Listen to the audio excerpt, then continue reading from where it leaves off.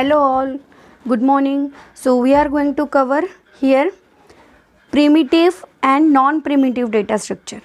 Okay, before starting with the point, let's summarize the previous videos in first.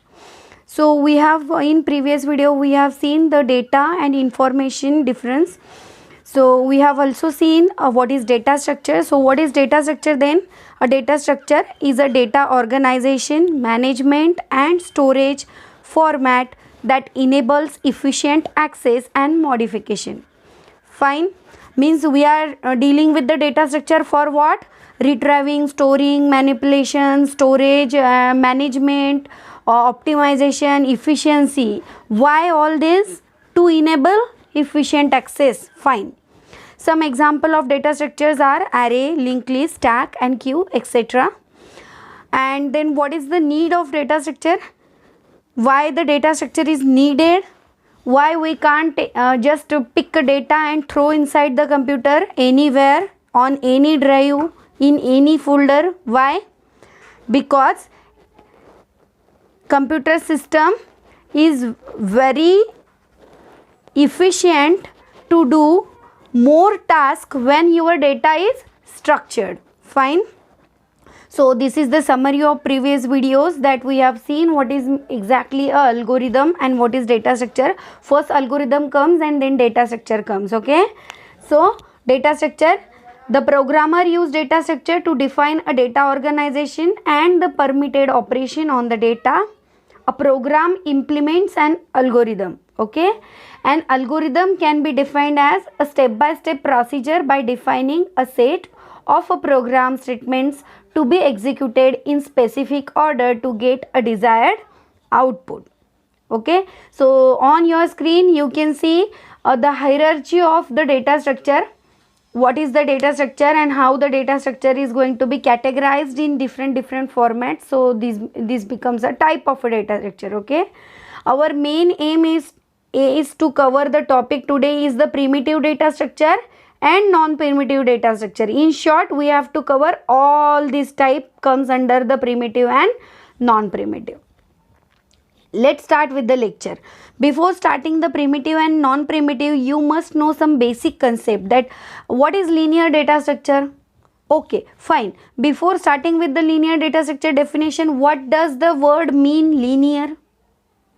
Linear means in a single line, a single row, a single column is nothing but a linear. It is a type of a data structure where the arrangement of the data follows a linear trend, or you can say the data elements are arranged linearly such that the element is directly linked list to its previous and the next element.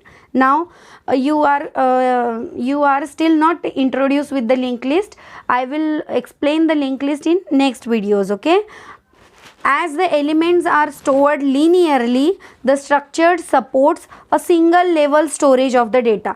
If everything you are going to store linearly, then it will all come to the single layer. Okay. If you are arranging the item column wise, okay, then also it is a single layer of a column. Okay, means always it is following the single layer of a storage. Then what is non-linear? What does the non-linear word means? Not exactly opposite to the linear. Data structure where data elements are not arranged sequentially and linearly are called non-linear data structure. Even they are not linear also and not sequential also. They are storage in another formats called non-linear data structure. In non-linear data structure, single level is not involved. Therefore, we can't traverse all the element in single run only. Fine. Then what is static data structure? Static means if I declared something once, that could be final for all the program. You can't change the limit. Suppose a variable a I have declared for integer size, so you can't change during the program as a character or float. Okay, or you can't extend the limit. Okay, that integer, suppose integer a is equal to 100. If I initialize this, so you can't it become during the program a is equal to 200. Okay, so such elements are called static data structure. And the dynamic data structure is what? The size of the data structure is not fixed here. In static data structure, the size of the structure is fixed, but in dynamic, not fixed. The content of the data structure can be modified, but without changing the memory space allocated to it. Fine. Means during the program, we can change the size of the A. Now come to the main point of today's video, is that what is primitive data structure. Okay, first, a data structure we can write as a short form as DS, can be broadly grouped into the two main types, that includes primitive data structure and non-primitive data structure. You can see in this diagram, broadly categorized into the two main types, primitive and non-primitive. The data structure are grouped on the basis of either predefined in the programming language or defined by the user. Some data structures are built into the programming language itself, which are readily available to the programmer for its use. The data structure is referred as primitive data structure. Means all those data structure, they are predefined. Okay, predefined by the system are called primitive data structure. For example, the most common primitive data structure, which are generally supported by almost all programming languages, include integer, float, character, boolean. These are all system defined data types. Okay, you need not to define them, you are just using them, they are readily available to use you.